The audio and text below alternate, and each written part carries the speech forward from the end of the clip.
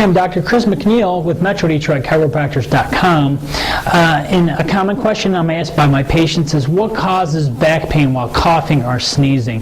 Now, what happens is, if you have a spinal problem, especially a disc problem, when you cough or sneeze, it increases the intraspinal, intradiscal pressure, and a already damaged bulging disc will even bulge out even more when you increase that pressure when you cough or sneeze. So that is what causes increased pain while coughing or sneezing.